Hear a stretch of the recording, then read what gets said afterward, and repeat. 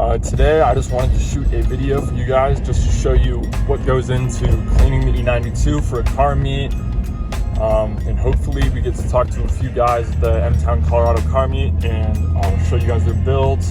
We'll see what they got going on. I know there's going to be a couple frozen blue cars there, some speed yellow competition models.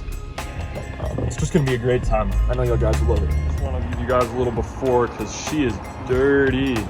I mean, we got, look at that, all sorts of muck, everything to use to get her spotless today for this car meet.